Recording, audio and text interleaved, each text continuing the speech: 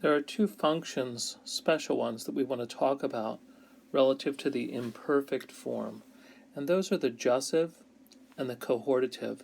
And this is a further category, and we already kind of see a special, deeper sense, the flexibility of the imperfect to have all the modal senses to it. But the jussive and cohortative are very specific kinds of sense that go with it. It really refers to the speaker's desire or wish or command. So these sort of focus on a volitional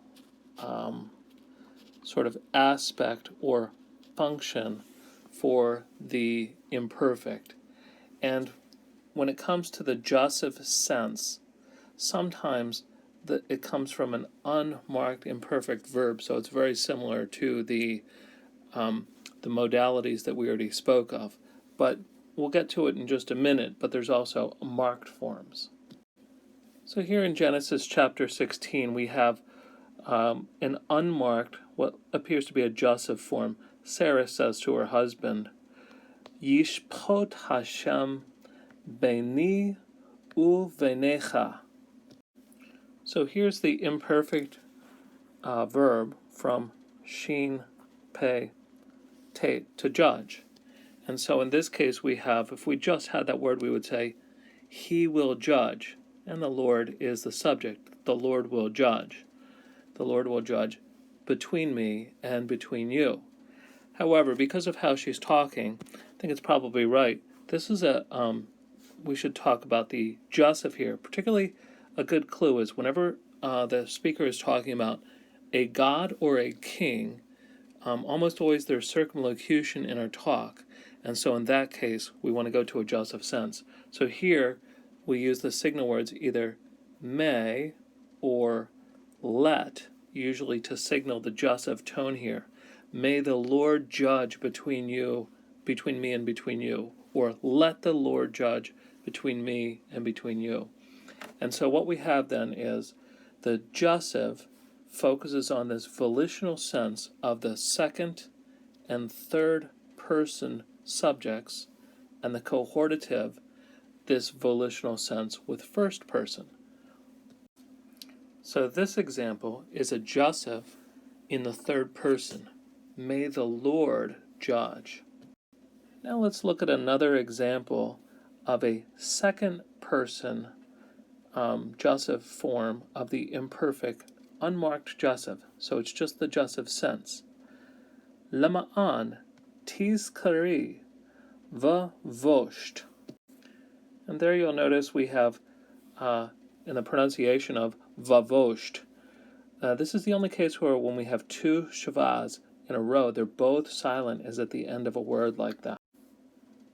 So here we have, in order that, and this is, you may remember, I'm going to just put the jussive sense right onto it, you may remember and be ashamed. Now what happens is, in the case of a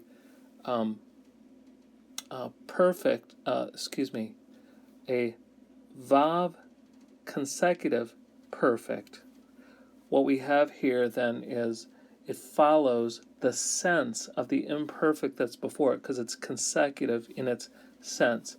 So here if we take the word tizkari, may you remember and may you be ashamed, is sort of the sense that we get from that. So I would consider this an example of an unmarked but a jussive sense imperfect verb, has that volitional sense to it.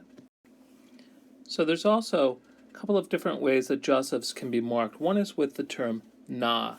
Na can be put with an imperfect form, and that marks it as a very intentionally jussive.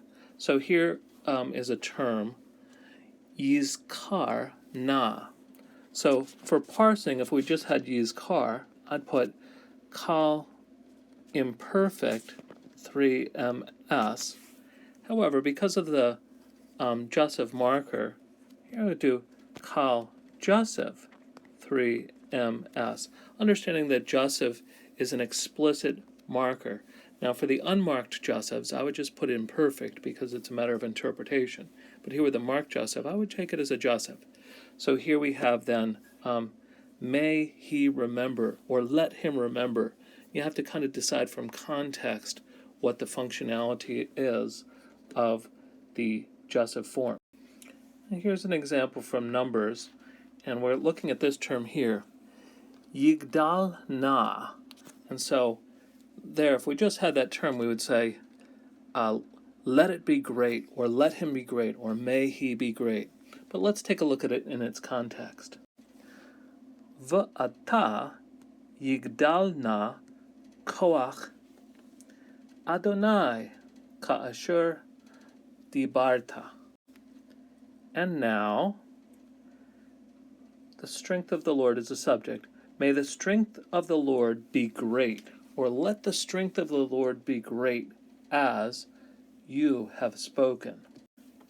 Notice the word dibarta is a PL perfect 2MS, as you have spoken.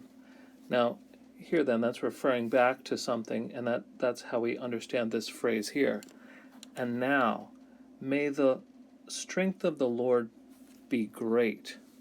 And so that's kind of the text here is kind of focusing on what has been said as a way to measure this sort of prayer language of what the Lord may do. And of course, since it's speaking of the Lord, almost certainly we want to use an explicit Jussive sense here to get at that volitional sort of respectful attitude.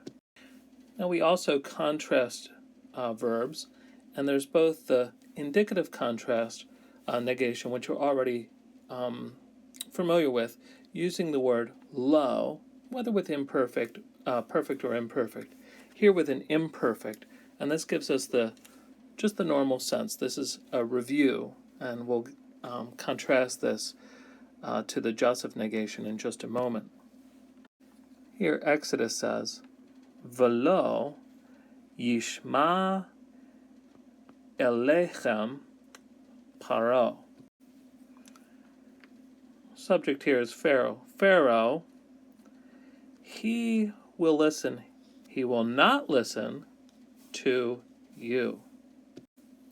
So here the sense is he shall not listen, or he will not listen. Just a very indicative, straight up sort of statement about what to expect, because it's in the imperfect, so it's in the future tense, and it's kind of a conversation about what will or will not, in this case, happen, using the term lo. Now there's another negator, al, and this goes with the imperfect, and it marks it as a Jussive negative. So it's just slightly softer than lo, but still a very definite sense of negation. Now, of course, be on the lookout, because al and al sound the same. Not to be confused then with the preposition upon, but this is the al, as in that which negates the Jussive imperfect. Here's an example from Genesis 22. Vayomer al tishlach yarecha el hana'ar. And he said, do not stretch out your hand against the boy. So here we have an imperfect form, tishlach, from shin lamed chet. And so if we parse this, it's going to, in this case, because it's marked, it's a Jussive marked with al, so we would say here, this is the kal Jussive 3fs, the subject being your hand, which is a feminine noun. So, may you not, or let not you stretch out your hand. But here it's definitely a command, so I think I would just translate this, do not stretch out your hand against the boy.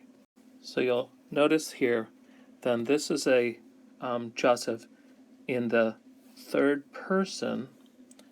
Now let's look at another example. Here's a phrase in Psalm 19. Al yimshalu vi. May they not have dominion over me. So here we have our perfect form, and it's in third person, masculine, plural. And if we just had that, we would say they will have dominion, or they will dominate.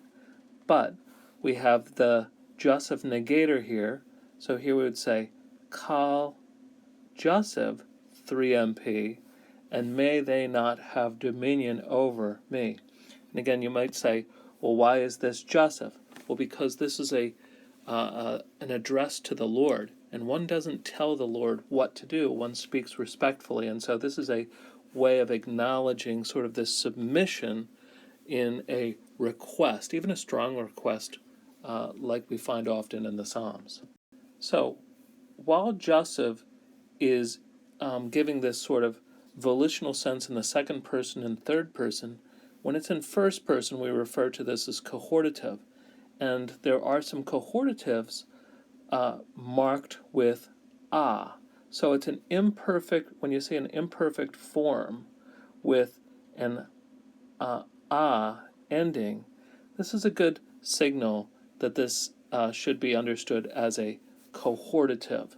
And we use the signal words for a cohortative, let me, or let us, or may we, or let us, or something to that effect. Here's an example from one of the Psalms. Amarti eshmera derachai mechato vil shoni. I have said, let me guard my ways from sinning with my tongue. So here we see this is a perfect form, very self-consciously setting up this sort of intentionality that he's speaking of. I have said. So he doesn't just say it, he is reflecting on what he has said. And here you have this imperfect form. So this is a kal, and it's not, I would call this a cohortative, but it's 1CS. I have kept, or let me keep, I will keep, or let me keep, in the sort of the future sense here, but it's a volitional sense. Let me keep my ways. So this is sort of a prayer, and that's why it's cohortative. It's this sense of what he hopes to do. He wants to keep his ways from sinning with his tongue. So this is an example of a first-person common singular. Now let's look at a plural. Here's an example from Deuteronomy chapter 1. Vatomeru nishlacha anashim lefanenu. And you said, let us send men ahead of us. So here again we have an imperfect form marked with the cohortative ending. So we would take this as it's from the root shin lamed chet, to send, and here it's kal cohortative 1CP. Let us send, or may we send. Something to get at the volitional sense of what's going on.